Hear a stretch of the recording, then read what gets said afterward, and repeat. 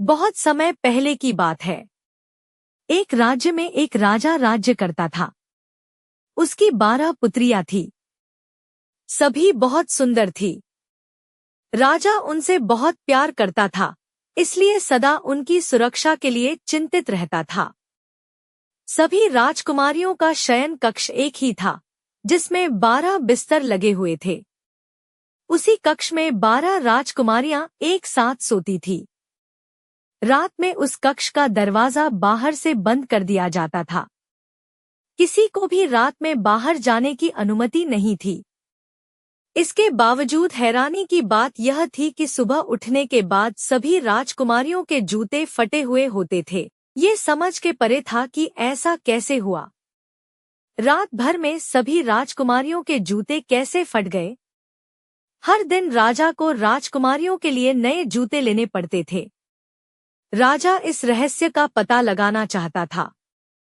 एक दिन उसने पूरे राज्य में मुनादी करवा दी कि जो 3 दिन के भीतर इस रहस्य का पता लगाएगा, उसका विवाह उसकी पसंद की एक राजकुमारी से करवा दिया जाएगा और राजा की मृत्यु उपरांत वह राज्य का राजा बनेगा।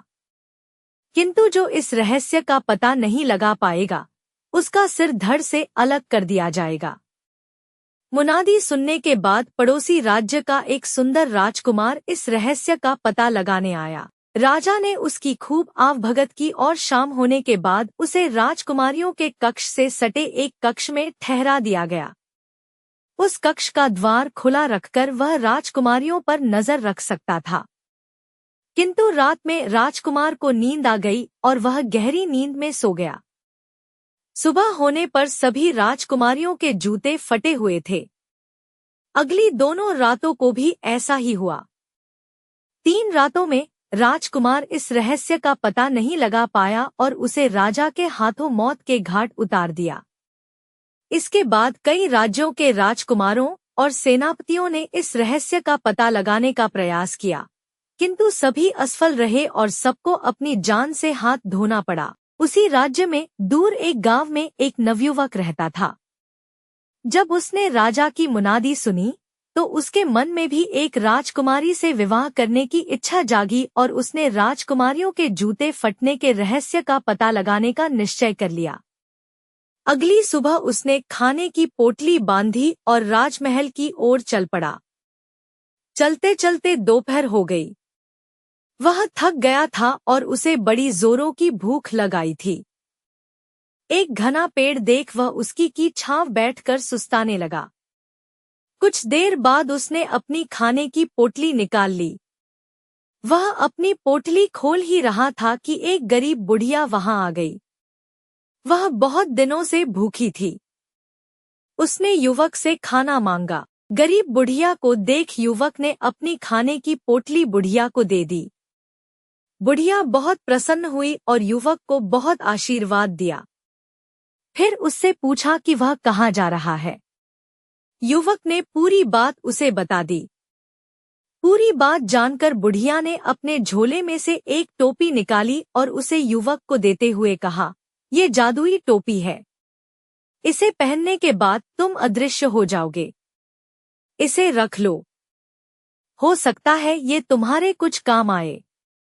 और हाँ, मेरी एक बात याद रखना, यदि 12 राजकुमारियों में से कोई भी तुम्हें खाने या पीने को कुछ दे तो उसे मत खाना या मत पीना।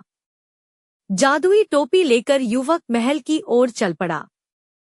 जब वह महल पहुंचा तब तक शाम ढल चुकी थी। राजा से मिलकर उसने उन्हें अपने आने का प्रयोजन बताया।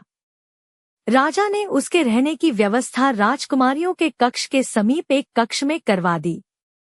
रात में अपने कक्ष में बैठकर वह राजकुमारियों के रहस्य का पता लगाने की योजना बना ही रहा था कि सबसे बड़ी राजकुमारी शरबत का गिलास लेकर युवक के पास आई और उसे देने लगी। इतनी सुंदर राजकुमारी के हाथों शरबत पाकर युवक बहुत खुश हुआ और बुढ़िया की बताई बात भूल गया। शरबत पीकर वह नींद के आगोश में सामने लगा और कुछ ही देर में गहरी नींद में सो गया। सुबह जब वह जागा तो उसे राज दरबार में बुलाया गया। वहां सभी राजकुमारियां भी मौजूद थी। उसने देखा सबके जूते फटे हुए हैं। राजा ने उसे स्मरण करवाया कि अब उसके पास मात्र 2 रातें बची हुई हैं। वह चिंतित हो उठा और उसने तय किया कि आज वह पूरी रात जागेगा और जादुई टोपी पहनकर राजकुमारियों के कक्ष में जाएगा। रात हुई और इस बार सबसे छोटी राजकुमारी शरबत लेकर युवक के पास आई। इस बार भी युवक बुढ़िया की कही गई बात भूल गया। शरबत पीकर उसे फिर से नींद आने लगी और वो गहरी नींद में सो गया।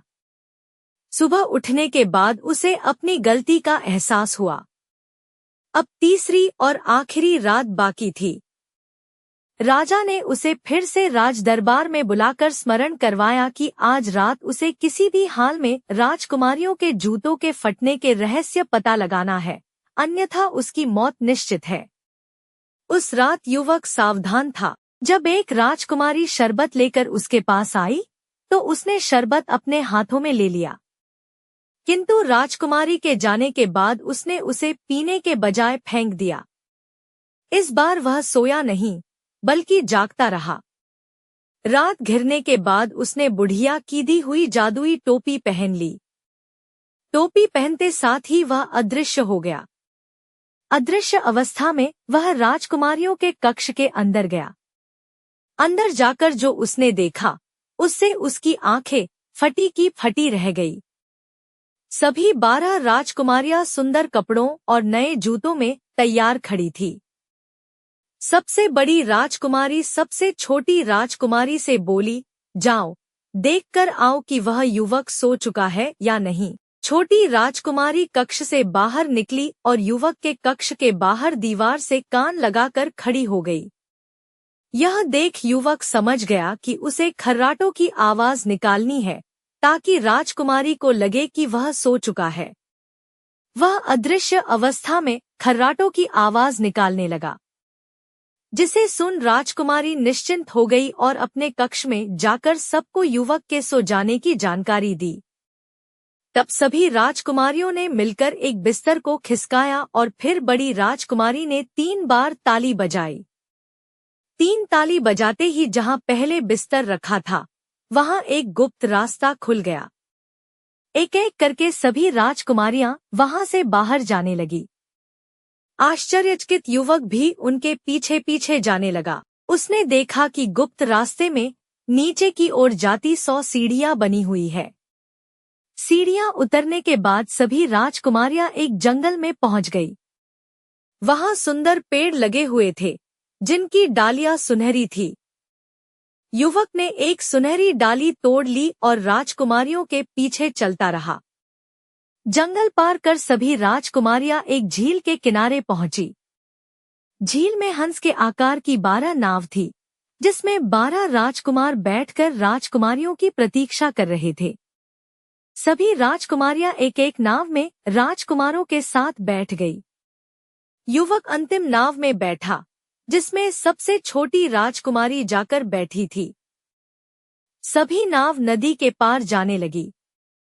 जिस नाव में युवक बैठा था उसमें बैठी राजकुमारी को यह एहसास हुआ कि आज नाव कुछ भारी है, मानो कोई और भी उसमें बैठा हो।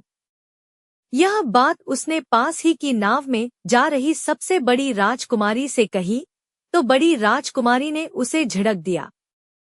नदी पार करने के बाद सभी एक रोशनी से जगमगाते सुंदर महल में पहुंचे। महल से मधुर संगीत की स्वरलहरी सुनाई दे रही थी। युवक ने एक खिड़की से महल के भीतर झांक कर देखा तो पाया वहां कई युवक और युवतियां नृत्य कर रहे हैं। 12 राजकुमारियां भी राजकुमारों के साथ अंदर जाकर नृत्य करने लगी। युवक अंदर जाकर उन्हें देखने लगा।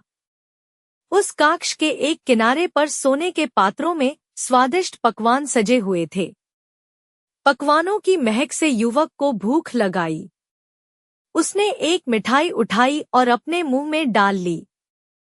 ऐसा करते हुए छोटी राजकुमारी ने फिर उसे देख लिया। वह डर गई।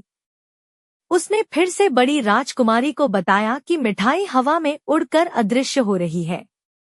बड़ी राजकुमारी हंस पड़ी और उसे सपने न देखने की सलाह दी। युवक ने टेबल पर पड़ी एक सोने की प्याली अपने पास रख ली।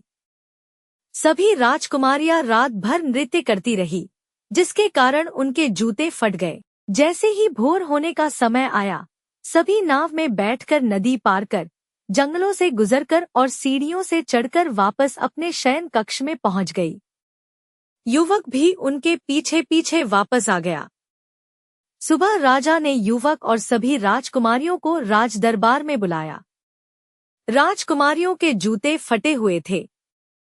राजा ने युवक से कहा, नौजवान, आज तुम्हारी मियाद खत्म हुई। क्या तुम राजकुमारियों के जूते फटने का रहस्य पता कर पाए? जी महाराज, युवक ने प्रसन्नता से कहा और राजा को पूरी बात बता दी।